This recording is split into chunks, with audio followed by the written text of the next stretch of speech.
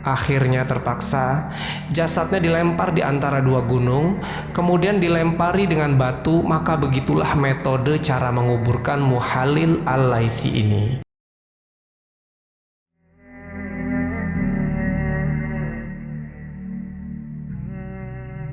Kita tahu bahwasanya manusia itu diciptakan dari segumpal tanah, dan dari tanah akan kembali ke tanah.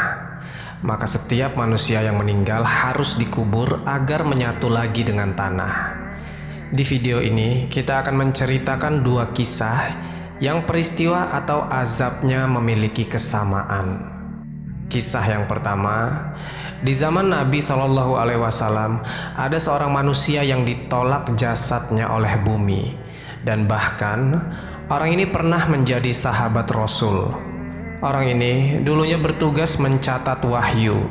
Bahkan ia hafal dua surah di Al-Quran, Al-Baqarah dan Ali Imran. Tapi kenapa di akhir hayatnya bumi menolak jasad orang ini, dan apa yang ia perbuat? Tapi mohon untuk teman-temanku seiman untuk mendengarkan video ini sampai habis agar tidak terjadi kekeliruan dan salah paham. Di video kali ini kita akan berkisah tentang jasad sahabat Nabi yang ditolak bumi.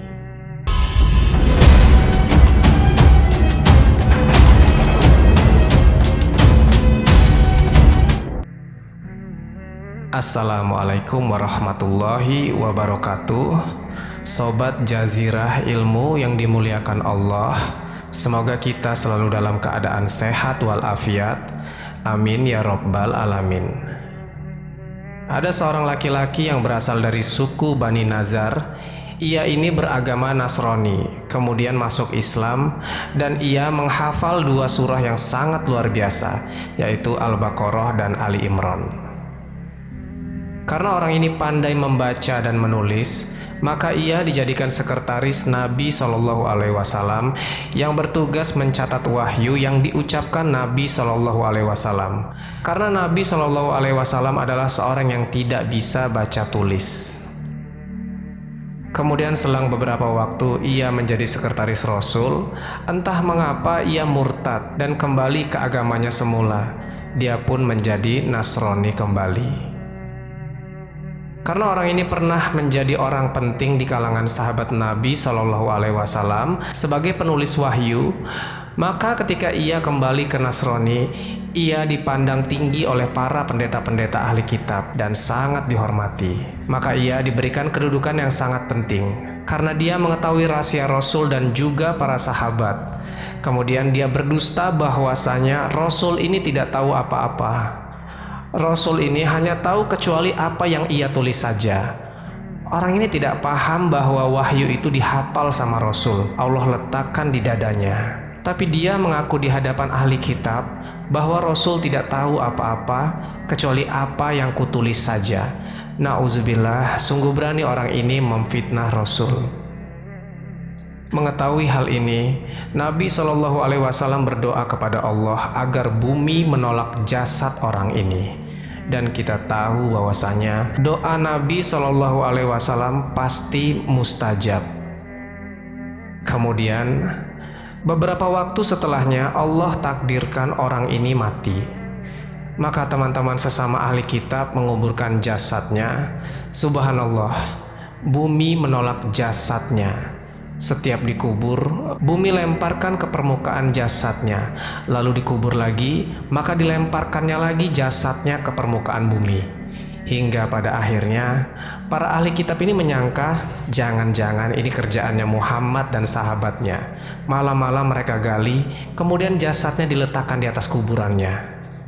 Lalu untuk yang ketiga kalinya, mereka gali lubang yang sangat dalam supaya jangan sampai ada seorang pun yang mampu untuk menggalinya. Akhirnya kemudian dibuatlah lubang yang sangat dalam. Kemudian dimasukkanlah jasad itu ke dalam lubang dan mereka jaga makam itu. Lalu ketika tengah malam, tiba-tiba jasad itu sudah dilemparkan dari dasar bumi ke permukaan.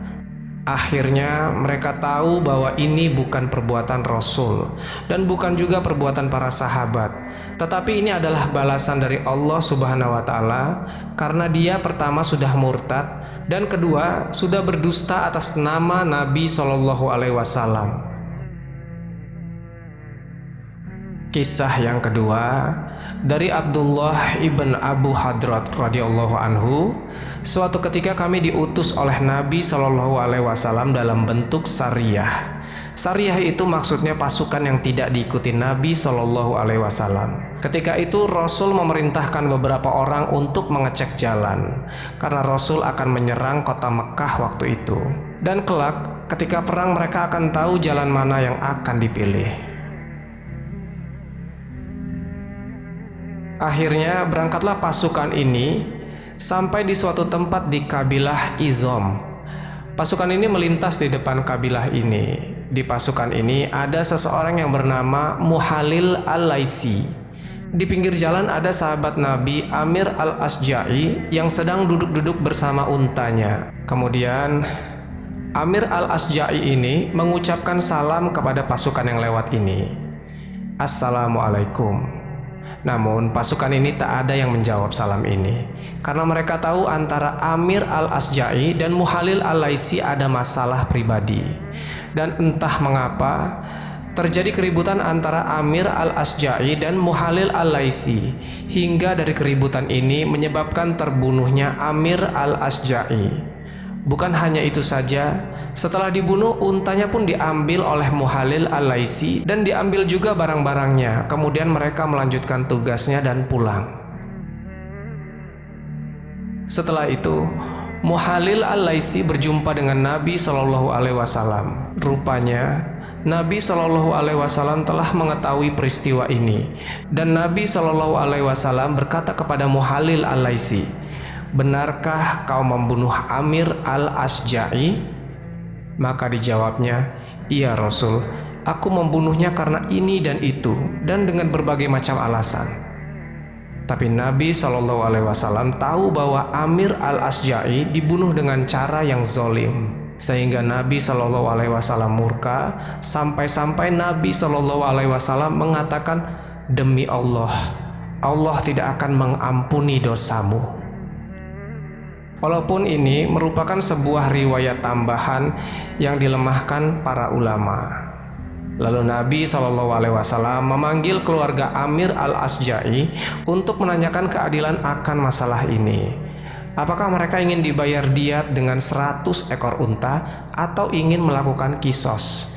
Karena di hukum Islam sendiri, kalau membunuh hukumannya ya harus dibunuh. Maka sepakat keluarganya dibayar dengan 100 ekor unta, dan terjadi perdamaian antara keluarga Amir dan Muhalil al-Laisi.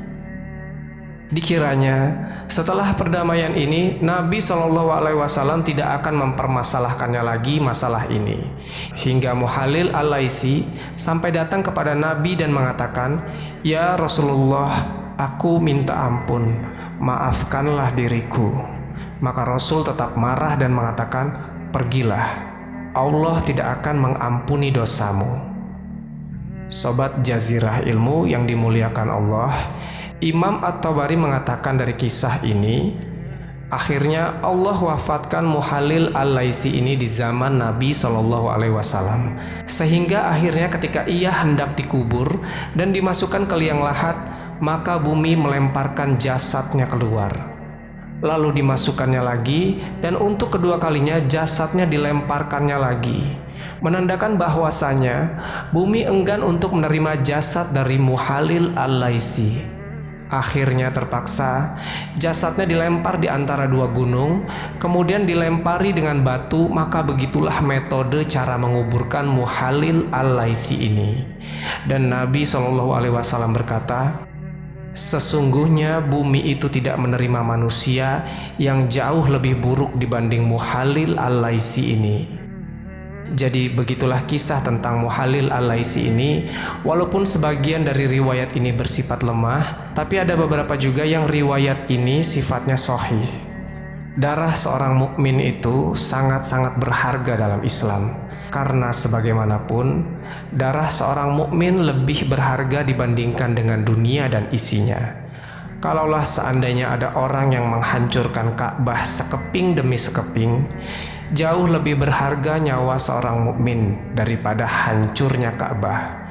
Ini memberikan gambaran begitu berharganya nyawa seorang mukmin. Jadi itulah kisah tentang sahabat Nabi yang jasadnya ditolak bumi. Semoga kisah ini bermanfaat. Lebih dan kurangnya mohon dimaafkan. Yang benar datangnya dari Allah Subhanahu wa Ta'ala. Khilaf ataupun keliru itu datangnya dari saya pribadi sebagai manusia biasa. Sampai ketemu di kisah-kisah seru yang penuh makna selanjutnya. Saya akhiri. Wassalamualaikum warahmatullahi wabarakatuh.